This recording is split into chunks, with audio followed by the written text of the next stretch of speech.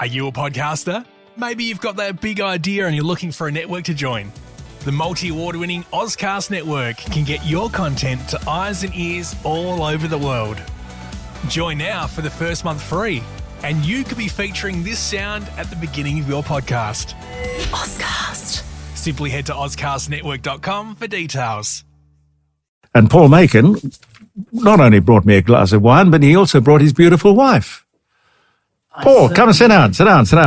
You well? Better, Jeremy. Hang on. Am I too loud for you? I just had to turn you up. Okay. Lovely to see you, and cheers. And to see you too. Yes. You know, last time I was here, you provided me with half a bottle of red, I think I knocked off while I was here. A beautiful South Australian red, beautiful wine made by great producers, made by great winemakers. And I thought today I better not come empty-handed. So I brought a lovely Chapel Hill for you. Oh, that is very nice of you. Yeah, it's lovely. Very nice of you. Where have you been? Where have I been? Well, all over. Sydney. Yeah. We're house sitting now. We're enjoying it. Must be interesting. It's wonderful, and you look after these wonderful dogs. We're looking after two beautiful dogs at the moment. They're so well behaved. Yeah. We love them. Yeah. So how do you choose? I mean, you go to a website. Aussie House Sitters. There's also Mind a Home and another one. And you put your profile on there and you say, we'll look after your house in Adelaide, Sydney, Melbourne, Perth, Brisbane, wherever. What's the catch? There's no catch. But there's an obvious question, Paul. Yes. Who minds your house? Well, we have a person who does that. We have a house minder that looks after our house. And not a house sitter, but a house minder. But we house sit houses all around Australia now, and we're absolutely loving it. We really are. It just means we can stay in beautiful Sydney. We were staying, Sydney very well. Yeah. We had a beautiful home at Northbridge. Northbridge is a great spot. It's great. And we had a little Frankie the dog to look after there. And we were there about 3 weeks in Sydney. Uh-huh. So you get the house free of charge, but you look after the pets, take them for a walk. And we walk anyway. So it's a big responsibility, though, isn't it? I mean, you're taking the dog and, You don't really want for the owner to turn up. I'm sorry, your dog's dead. It's dead. There's a comedy track along those lines. I can't remember. No, it was Bob Newhart, was it? The movie, that terrible, it was a great movie. What was the movie with, Fish Called Wanda? Oh, yes. And the dog ended up under the block of cement. Remember that? Flat? With the lady with just the lead. We don't want that to happen. I remember at Nova a few years ago when I was helping out there, Natalie Gogolas. Yeah, Natalie. For a holiday for a few weeks. Yeah. And George was meant to look after her goldfish. Yeah. Except the goldfish died. So he had to run out and find a goldfish. How do you look after a goldfish? So he went out. So you had to go and get a replica. I don't think Mary and I want to go out and search for another dog that looks like the one we've killed. Yeah. No, we won't do that because we look after them like they're our own children. Any unusual pets, Paul? Not so far. I mean, no tigers, lions. No, they do have snakes. They've put up snakes. We don't want snakes. No. And we don't want to look after snakes, and we don't want to look after really guinea pigs and all of those sort of things. We look after cats and dogs. That's what we do. No, I think that's terrific. And they must react in an amazing way. We've got this star who's going to come and look after my house. Yes. Who's the star? You? Oh, me. Oh, God, stop. Jeremy. Don't stop. No. Keep going. Well, I can't think of any medium in which you have not been a star. Well, even on the stage, I did some stage work in Port Douglas at the Clink Theatre, it's called. It used to be an old jail. And I did Priscilla, Queen of the Desert. I played Bob the Mechanic, who falls in love with one of the ladies, or the blokes, the ladies, the blokes, the ladies. It's hard to tell these days. It's hard to tell. In fact, you're not supposed to tell. Speaking of stars, remember we were at Scambles the other day? You just reminded me. We found this old, I think it was a TV week. And I think Jeremy noticed Paul Makin. Oh, my goodness. That would have been... What's the year? I reckon it was early 70s. Yeah, that. Who's in the picture with me there? Who's that? And this is great radio, by the way. Yeah, gee, Seven funny man Paul Makin and Restless Years star Rosemary Paul. Okay. So yes, that was 2GO at Gosford with John Kerr, he was another radio. Well, what happened to John Kerr? He was on 2UE forever. Correct. Well, he retired. There's some announcers that actually retire. Not in our little realm, but in other realms. There are people who actually retire. I don't want to do that. No, I think it's a that. terrible backward step. No. Wait till you get sacked. Well, you know, I've been sacked only twice in my whole life. Once at 5AA, and then you took over. Mm-hmm. And then, what was the other one I got sacked? Got sacked from Channel 9 in Adelaide as a cameraman because I got a camera wet. And they said that I was down at Brighton and a big wave hit the camera and me, and I was sacked. Well, you're trying to get the best shot. I was. Yeah. I was. But they're the only 2 times I've been sacked. Oh, golly. I was sacked from 2GB twice, I think, at least. Once when you guys came up. No. But you then moved on through Paul Thompson. We discussed this, and you came to 5DN. Yeah. And I went back to 2GB when it was owned by the Methodist Mission. That was a very interesting... 5KA? No. It wasn't that sort of Methodist. This was... another Methodist. Yeah. Oh, lordy. They had the Lyceum Theatre.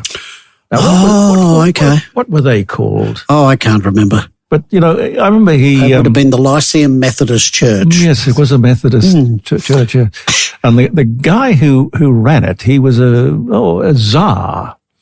He really ran it like a small kingdom. And I remember he said to me, you know, I run this charity. Why they ended up buying 2GB, I don't know. But I run my whole charity with volunteers, and I can't see any reason under the sun that I can't run 2GB the same way. Oh, my goodness. Yeah, very professional. Yeah. Gordon Moyes was his name. Gordon Moyes, right. Moyes. That rings a bell. That name actually rings. Gordon Moyes rings a bell. Yeah. I don't know how he got 2GB, and I don't know how he lost 2GB. Well, he lost it because of his attitude. Well, because you can't run a radio station that way. No, you know that. No, you can't. You don't want to be professional, don't be in the business. Exactly. Very, very, very true. I mean, we're talking here from the dining room table, which is somewhat strange interpretation of the profession. It is strange, but it's not unprofessional. Well, hopefully not. I mean, when I listen to this show, and I listen to it a lot these days, particularly out on the road. Thank you. And particularly out on the road, we can just dial it up on the phone and put it through the car radio. You've got a modern car. We have a modern car. Wow. Yes. Okay. Well, you've got 200 of them. Which one? Nothing modern. Oh, no. Oh, I suppose I've got a couple of modern You've got things. a couple of modern ones. Yeah.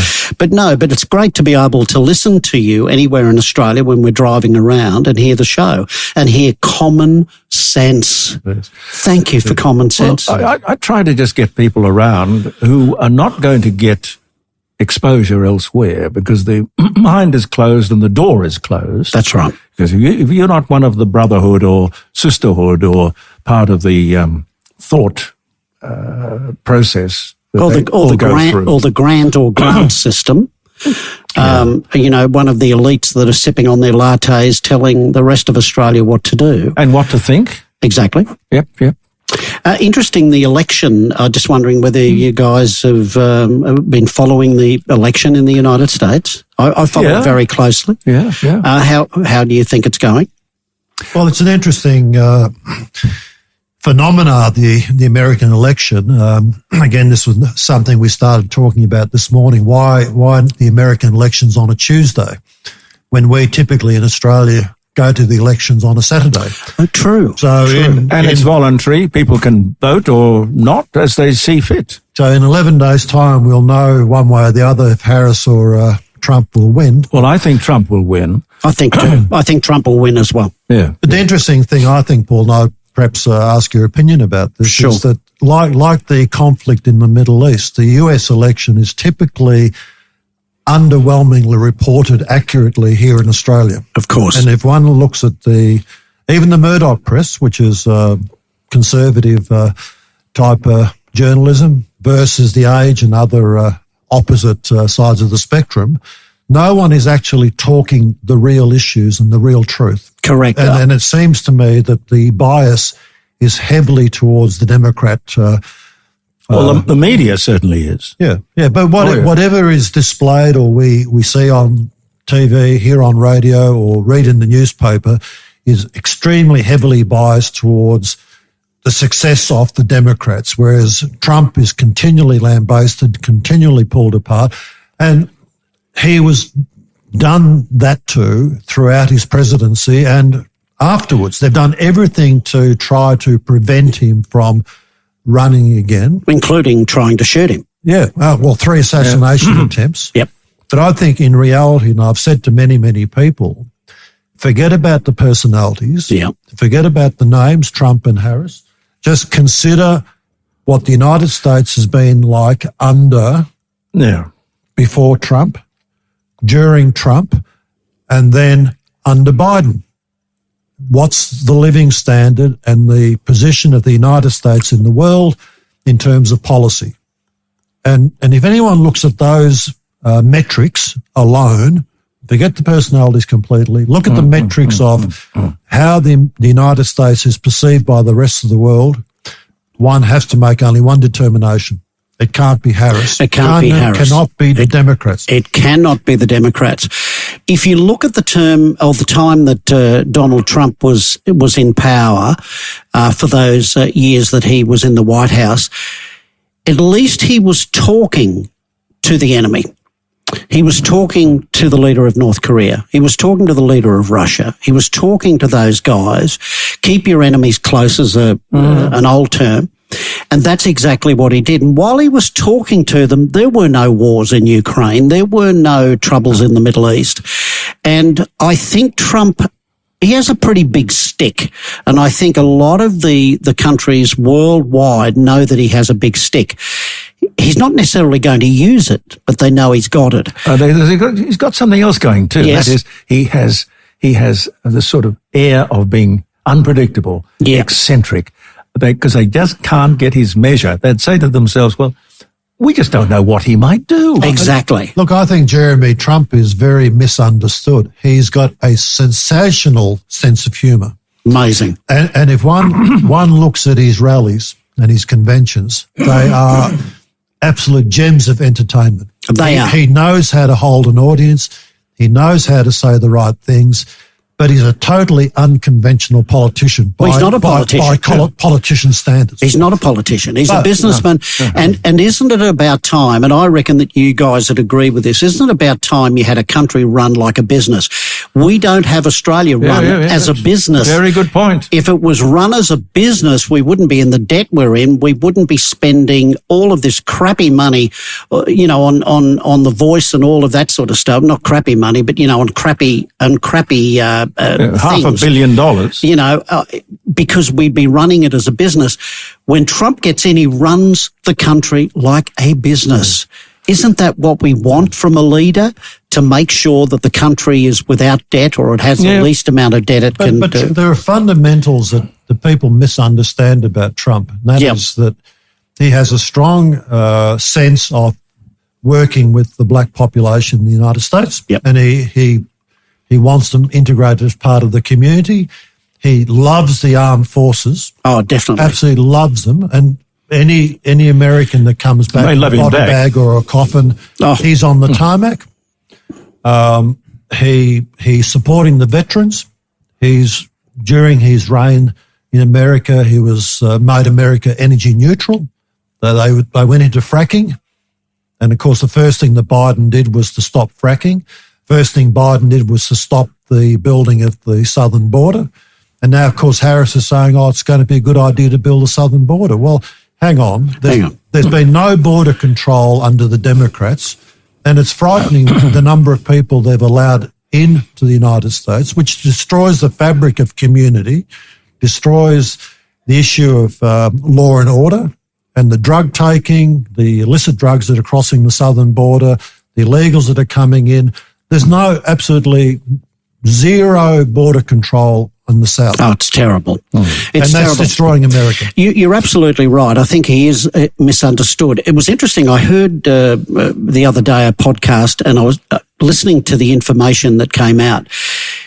For example, the generals during the time that Trump was in the White House absolutely hated his guts, because you know what he had the hide to do? He had the generals come in and say, what do we do? Whatever the particular situation was, it probably was in the Middle East, right? It was in the Middle East. And he said to the generals, what do you think about that? He got the advice from them, but then he said, get me some enlisted people, get them in here, those people who've been over, you know, in that area, in a war zone, so that I can hear from them what they think. Are they getting the backup they need? You know, in Support. a unit, when we look at their particular unit, is that unit working well? Can this be improved? And of course, the generals hated his guts. Why would you bring in these people? Because in other Biden and in other presidents that were there that were Democrats, we were allowed to run riot. We came here and advised the president. The president did what we said. Yeah. And here's Trump asking enlisted people, what would they know? Hello? See, this is the thing with the elites, the people of the left. They are very, very much into the elites. Yeah. And they preclude the working people, which is why I think they hate the working people. But the strange reversal of things, because the Republicans were always supposedly the employer class. The Democrats were the workers. Now the Democrats are the elites. Yes. And the Republicans are for the worker. Exactly. Complete turnaround. It's also, isn't it a little bit confusing? You've got, for example, Trump is red. Back here it's Labor. Yes. When they talk about the Liberals in America, it's a totally different thing to Conservatives, which it is here. Yes. It's the other way around, isn't it? Yeah, the blue states, the red states are the Republicans. Yes. And the blue states are the Democrats. Yes. And you look at the blue states, the Democrats, you look at New York, which has been, Democrat for, 20 years. Yeah. And similar for California. And that economic basket cases. I know. And then when people leave, the various governors want to charge an exit. And California has become an interesting phenomenon. It could be the first time in history that California becomes a swing state. Because the public... Well, they've had it. Anyone who's... They're voting with their feet. Yeah. But anyone who's gone to California and places like Los Angeles, you would say to yourself, they have become... in parts, really shitholes, unfortunately. Well, homelessness and people living under blue plastic, just a terrible, terrible thing to happen. And Hollywood ain't Hollywood anymore. Hollywood ain't Hollywood. Now, look at all these Hollywood elites. All of these people coming out against Trump. And so many of them have said, I'm leaving America if Trump is elected. Goodbye, Tom Hanks. Goodbye to all of these other big stars. Robert De Niro. I'll never watch another Robert De Niro movie. I loved Robert De Niro. Did you ever see that thing that he did where he said, he was asked his opinion. This is when Trump was elected last. Yeah. And he said, he's a bum and he's a this and he's a that. He both barrels. He's a bum himself. I will never watch another Robert De Niro movie. I don't know why they're so passionately of the left, though. Well, do they know anything about people trying to put meals on tables in the United States, the stars? No. They've got plenty of money. They live in their big homes in Beverly Hills. What do they know about struggling Americans? That's why Donald Trump has come up trumps, because he understands that. And, there's a lot of stuff. You were talking about how much he loves the military. There'd be a lot of stuff that he does behind the scenes, cash-wise, to some of these families that we don't even know about. So Trump's got to be elected. I think he will. My prediction is a landslide. Well, a lot of people have already voted. And that tells you something. There's good signs too.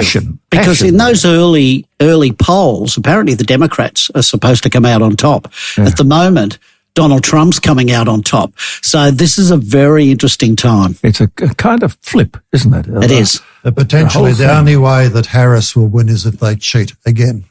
Is that possible? Well, yes. Yes, it is possible. Yeah. Absolutely. Why don't they do?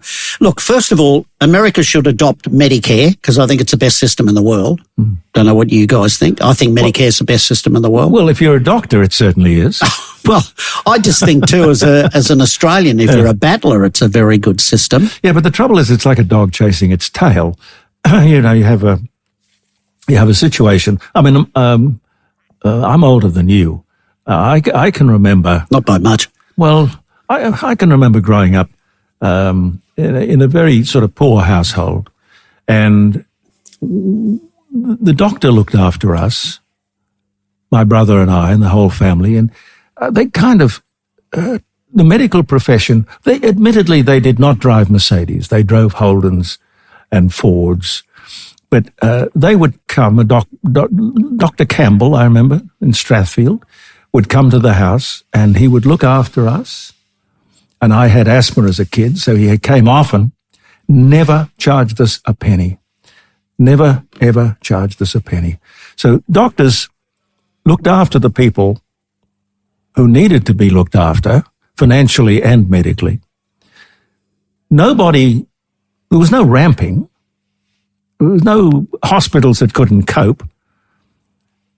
I don't understand different population too, but different population, Jeremy. Yeah, I know, but lower population. But back in those days, a medical student, 1 in every 2 medical students wanted to be a GP. Now it's 1 in 7. People don't want that because there is more money in being a specialist. Okay, can I ask you this? Is there a better system than Medicare? Well, we got to think of some system that doesn't it's like childcare. They put another $2 or $3 billion into childcare, and the people who run childcare just lift the fees. So it's just a dog chasing its tail. General practitioners, you go to a general practitioner these days, and the general practitioner gets a $40 rebate from the government. Well, it's from us because we pay a levy, a Medicare levy. Then the doctor then says, well, I can't run the practice on $40 for each patient. I need you to have a co-payment. You have to, here's a gap. A gap. Yeah. Here's the $40 or $30 or whatever it is that you've got to pay to make it possible for me to look after you. Now, that's not free healthcare. We are paying for it with a Medicare levy, and then we have to subsidize it further because the doctor says she can't or he can't make ends meet. Look, I think in the absence of any other system, Medicare is a sound investment to the public.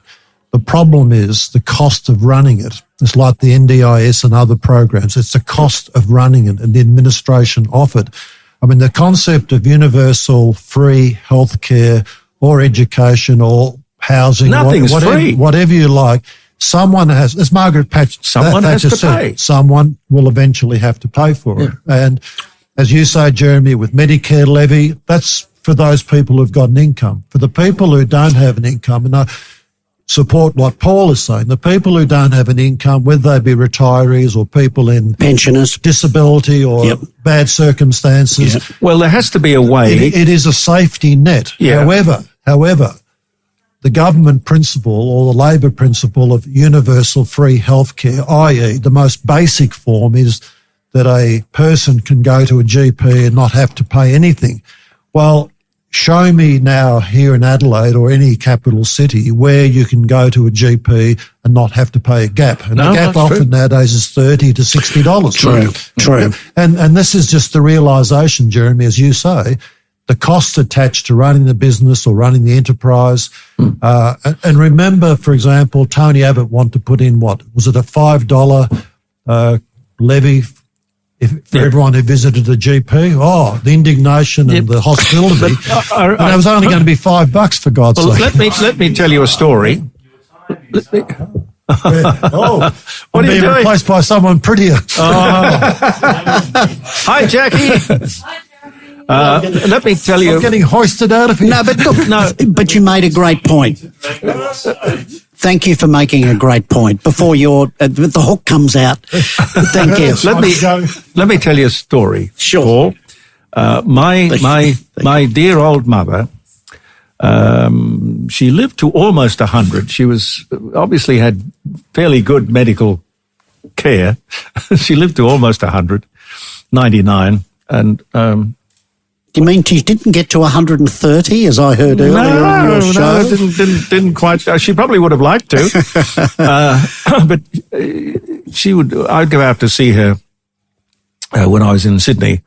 I'd go out to see her, and she would say, "Look, I can't. I've got to go to the doctor this afternoon, so I can't sort of stay talking too long." And I say, "Well, why are you going to the doctor?"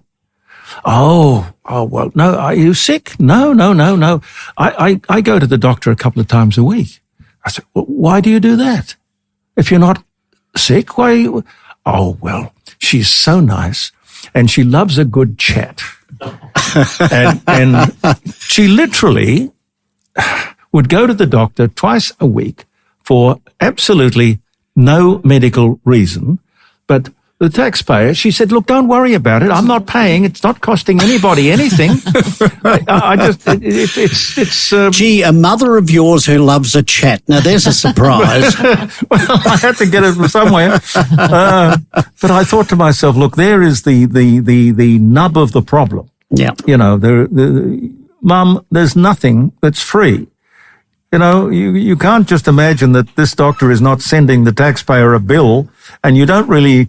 You know, give me a ring. I'll have a chat to you. It's okay. Oh, no, I prefer to go to the doctor.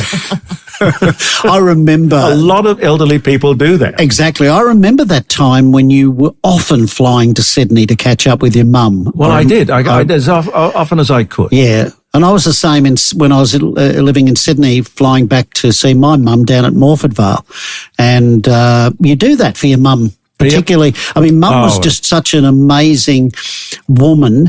I'm writing a book at the moment, and I haven't really got to completely talk about my mother, but part of what I do talk about in the early part of the book is what an influence she was on me. My mother could have been a stand-up comic today. She was funny. She was a woman before her time. Back in the 50s in Sydney, there was a menswear store called Scarfs. Oh, so Reuben F. Scarf. Reuben F. Scarf. Yeah. My mother was Reuben F. Scarf's PA.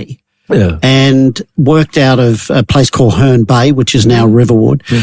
And she was offered to be manager for many of his stores. Yes, he had many of them too. He was quite a character. Imagine this in the late 50s, a woman managing. She would have gone crashing through the glass ceiling. And my father, when she arrived, I tell this story in the book, when she arrived, we're sitting around having our dinner, and Mum told my father the amount of money that he offered her was about 4 times my father's wage as a painter and decorator foreman. Mm-hmm. Dad said, well, who's going to make Paul and my dinner? You know, we need to have our dinner when we get home. Mm-hmm. Tell him no. And my mum was shattered. But, you know, but my mum was such a great influence on me. Everything I am as having my sense of humour, everything I do is because of my mum.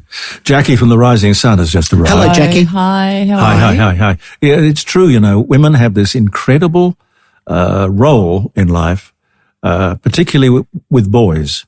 Absolutely, sons. I agree. I mean, the sons are so formulated, so influenced by their mothers, not their fathers. Their mothers are the ones. Yeah. There's an old saying that is something along the lines of, the hand that rocks the cradle rules the world. Correct. Absolutely. Yeah. I have a son turning 30 next month. Yeah. And I bet he dotes on you. He's damn right he does. He'd better. Yeah. It's very true what you're saying there, Jeremy. It's very true. It makes sense. What are you going to call the book? Making a Life. You can do a lot with that making name. Of course, yeah. Well, I had a breakfast show. I was making an eggs for breakfast. Yes. So you can make a lot of the name. Yeah. But I'm enjoying writing the book. I'm doing it as we travel around Australia, and just all of the things are coming out now. It's amazing when you sit down and you start remembering the people, the personalities, the stars that I've met, the amazing people I've met in my life. You've kicked down a few doors too. I've kicked down a few doors. I never liked that, Jeremy. Because I'm very entertaining to watch. I know, but I'm a lover, not a fighter. I'm a pacifist. I hate confrontation, and whenever I did those sort of things, it was always just a big deep breath before and went in. But I hated it. I hate confrontation. I love peace. I love love. But the thing about entertainment is it's about conflict. Yeah, There's it something is. Makes it interesting. Well, a radio show where everybody agrees is boring. Yeah. If you have different views, which we just had on Medicare, it's interesting. Yep. Well, here's the good health. Good health. And we Good won't health. need to go to the doctor. We won't need to worry about Medicare. Now, you've got a really big year next year, haven't We've you? got a massive year next year. 180 years. The Rising Sun in. Yep. 180 years old next year. So Wow. very excited about that. Is there anything older than 180 years? I'm not quite sure, to be honest. Still looking into that. It's certainly not in the area, not in Kansas. No. But there'll be a big celebration of some sort in probably about March. Yeah. We're working on. So it'll be How are you great. going to celebrate it? Not sure yet. We're still thinking that through. Gee. The Rising Sun, one of the iconic pubs It is, in it Adelaide. really I mean, is. Marion and I have been there quite often, and you walk into that building Yeah. and you're part of history. Absolutely. It's just And you haven't. fantastic. And what I love about the Rising Sun, you've kept all that intact. Mm-hmm. You've done your refurbs. You've made sure the place looks great, but it's still the Rising Sun. It's still the Rising Sun. Yeah. Heritage listed. So, Beautiful. It's just gorgeous. With that history of, who was it that, his name's gone out of my head. You're thinking of the Schmitz? Schmitz, Yep. yeah. Anton and Lenise. Yeah. Yep. Remarkable Yeah. restorers of Yes. so much faithful They brought it back to life, which was originality. great. Yeah. Bring it back to life, but don't sacrifice the originality of It it. was so close to being knocked down. It was just really, really run When was down that? and abandoned. I think between 72 and 83 it was abandoned. So it was literally rubble. Oh, yeah. Can't hear you, Tony. So there was a lovely hotel on the corner of Pulteney Street and Rundle Street, which used to be We the knocked Ensa things building. down with gay abandon. And that was a beautiful 1920s hotel. Yeah. And they knocked it down for that horrible car park, which looks terrible. Why would you do that? Early 70s. Developers, politicians getting together. But you can understand how they might want to make money out of our history and heritage, but I just can't understand a government letting them. I mean, look what's happened with the Crown and Anchor, all that debacle. And Well, we were known as the city of churches. And Yes. then churches became discotheques and restaurants and cafes, and suddenly the building. Yeah, and they pulled down the Old South, which of course you'd never be able to do today. Interesting you say, why do politicians and why do governments do that? If you go back to Sydney, for example, the Rocks under Premier Askin was going to be torn down. This is the Rocks in Sydney. Can you imagine it being torn down? But Askin with, his brown paper bags and Chinatown and his pollies, they were getting together with developers and they said, right, we're going to knock this place down. And you know what?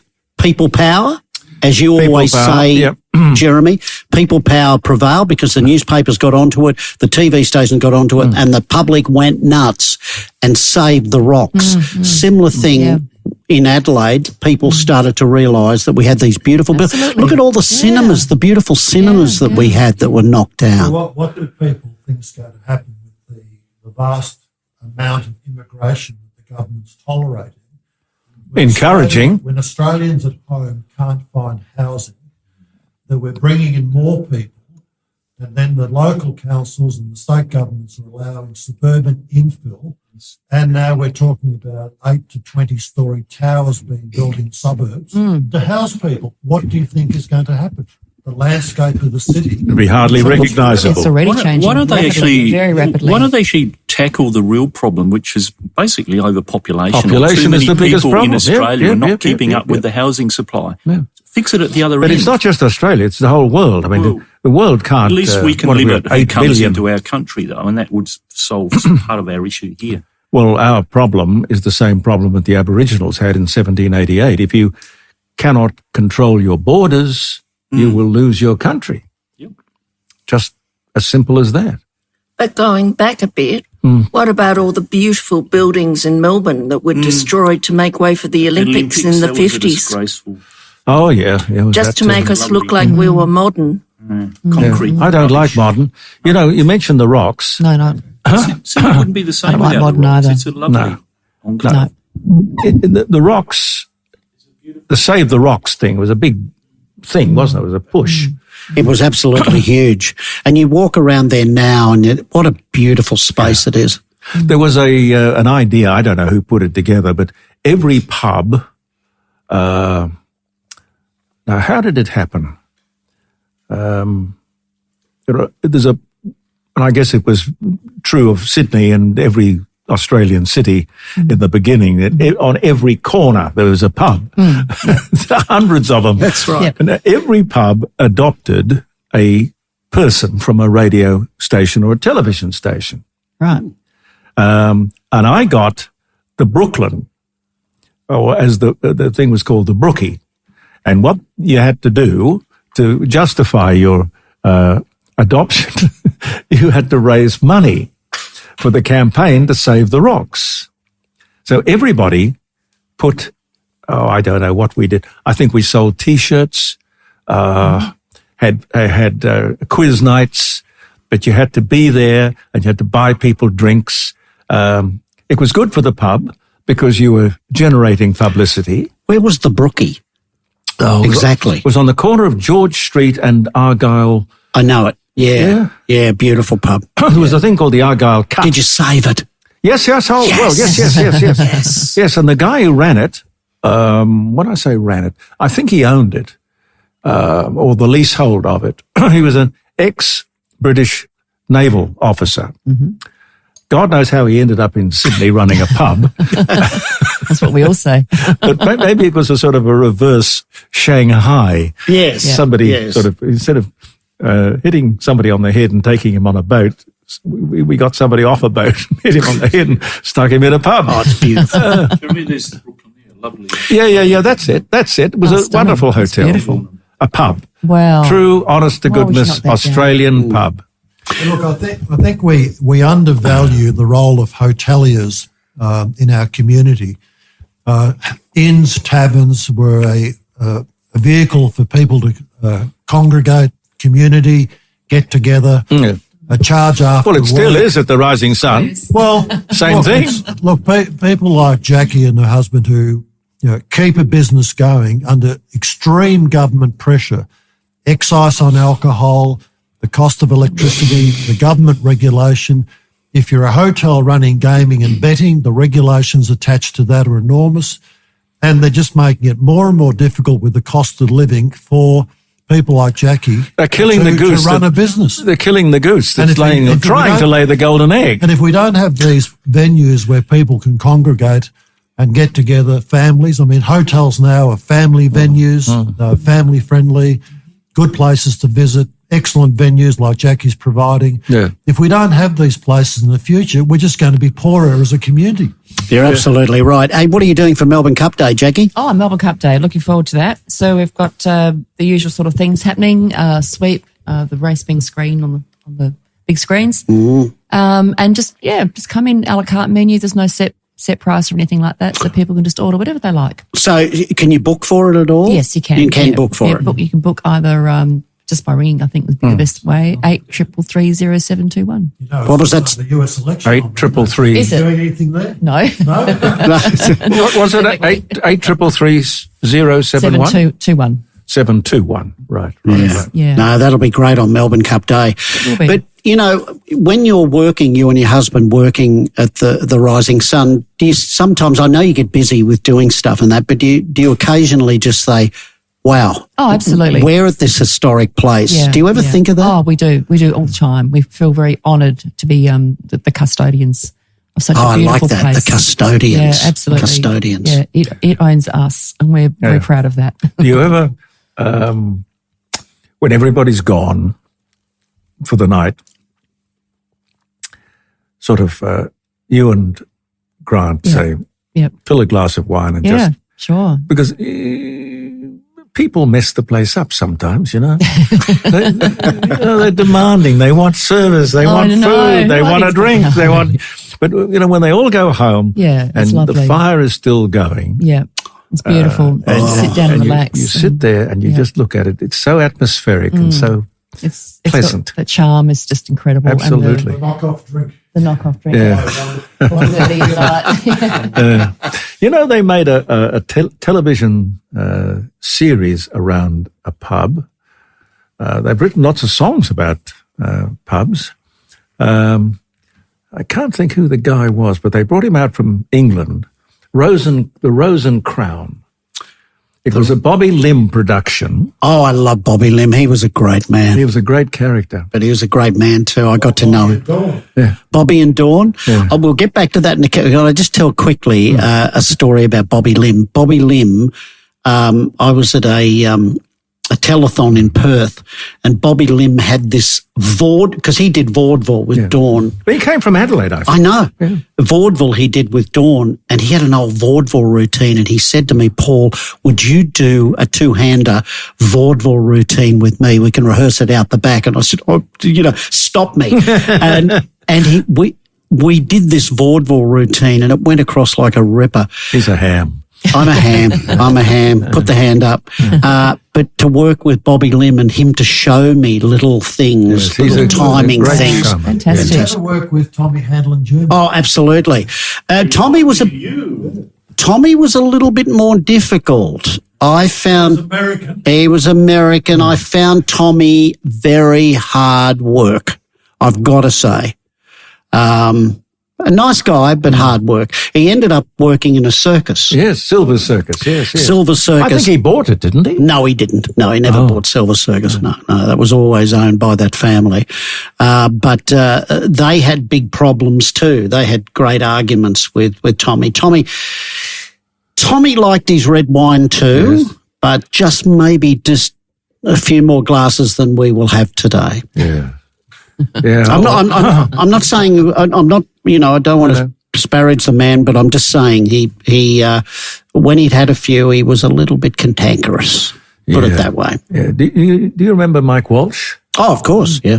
He's still running that theatre. Yes. The Orpheum. I went on Mike Walsh's midday show. When I was with Willisey, and he total pro.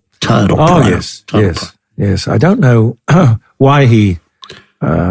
They fiddled around with it. They had a winning formula. Then Ray Martin took it over. Well, they moved him to nights. The night thing didn't work. No, his midday show. He broke, don't fix it. Oh, the Blue Rinse set loved him. You would go and see, there'd be just a sea of Blue Rinse in the audience, and they loved him. Whatever happened to Blue Rinses? You never see a Blue Rinse these days. Well, that's right. But in those days, the buses just turned up with the Blue Rinses. Well, there's a story I can tell you about that, because when Mike Walsh came back from England, where he'd been doing song and dance stuff, and Ian Holmes had offered him this thing called the Midday Show, which was based on the Mike Douglas show in America. And it was just a kind of carbon copy of that. It was all around having a live audience. Yes. Very important. And they had trouble getting people, because we were out at North Ryde, and it was a bit of rely on locals. Mm-hmm. Anyway, Ian Holmes had this idea, and that was, it's going to be a great show, and it'll tick all the boxes and all the rest of it. And what we'll do is we'll get a bus, and we'll go round to all the nursing homes, all the retirement villages. What could possibly go wrong? And I was doing the voiceovers for the show on this very memorable day. I wonder if can I use a swear word? We can edit it out. Oh, okay. Anyway. What about the live version? That, yeah. All right. Yeah. Anyway, I was doing the voiceovers. You sort of have to G up the audience and get the whole thing going. And, ladies and gentlemen, blah, blah, blah, blah, blah. And anyway, the thing sort of started, and Mike came out, and he always did a sort of a soft shoe or a song and dance thing to begin with. And this guy stood up in the audience. He was quite elderly. He just stood up in the audience. And he, at the top of his voice, it's live, you see. Yes. No editing. Yes. No. He stood up and at the top of his voice, he said, "Who the hell do I have to fuck to get out of here?" Because he was this poor fellow who had no idea why he was there, how he got there. He just wanted to get out. What was this in front of him? He didn't want to be a part of it. I don't know. Some bloke doing a soft shoe. What are these people doing in my bedroom? That was live TV. That was live TV. Yeah, I live didn't TV. realise, Jeremy, you did the voiceover for that. Oh, My goodness. back in those days, I was doing, we're talking 1969 through Yeah. 1974. Wow. I mean, I was dog's body. I did everything and right. anything. Okay. Absolutely anything and Oh, everything. that's fantastic. Be connected to that show. I mean, it's historic. When I went in there, of course, one of the great people on Mike Walsh show, which helped make it such a success, was the wonderful band leader, Oh, yes. Jeff Harvey. Yes, there was Jeff Harvey. Jeff Harvey. And Jeff Harvey they would have people come on the show to sing, all different types of artists. Jeff Harvey could work with any of those people. He was amazing. And he was funny in his own right. Yep, and it was live. It was live. And it was all part of the entertainment which came together every single day, 5 days a week. It was either 1 hour or 90 minutes. No, I reckon it was 90 minutes. 90 minutes. Definitely yeah. 90 minutes. It was a great show. And we didn't have videotape. No. So I don't know. They all got lost. Well, it all got lost. But they used to have this thing called Kinney. Kinney. Yeah. Kinney was basically, they would make a film of the actual videotape. Yes. It's called a Kinney. Yeah. Yep. Okay. Oh, we got to find Sort of do the puppy. doggy- Yeah, we'll find a puppy dog at home. Have you got any animals, Jackie? No, unfortunately not. No, we're not home enough. No. Jackie, can I ask you a question and tell me the truth? Yes. Has the rising sun got a ghost? Oh, we've got lots. All right. What's have the main? several. What's the main one? Main one is Catherine. I call her Catherine. Yes. I don't know her name, but I just call her Catherine. Yeah. And she was a barmaid that worked there back in the 1800s when it was first built. Right. She either fell down the cellar stairs or was pushed down the stairs, but she died in the cellar. Yeah. God. So she has attached herself to me, which is fabulous.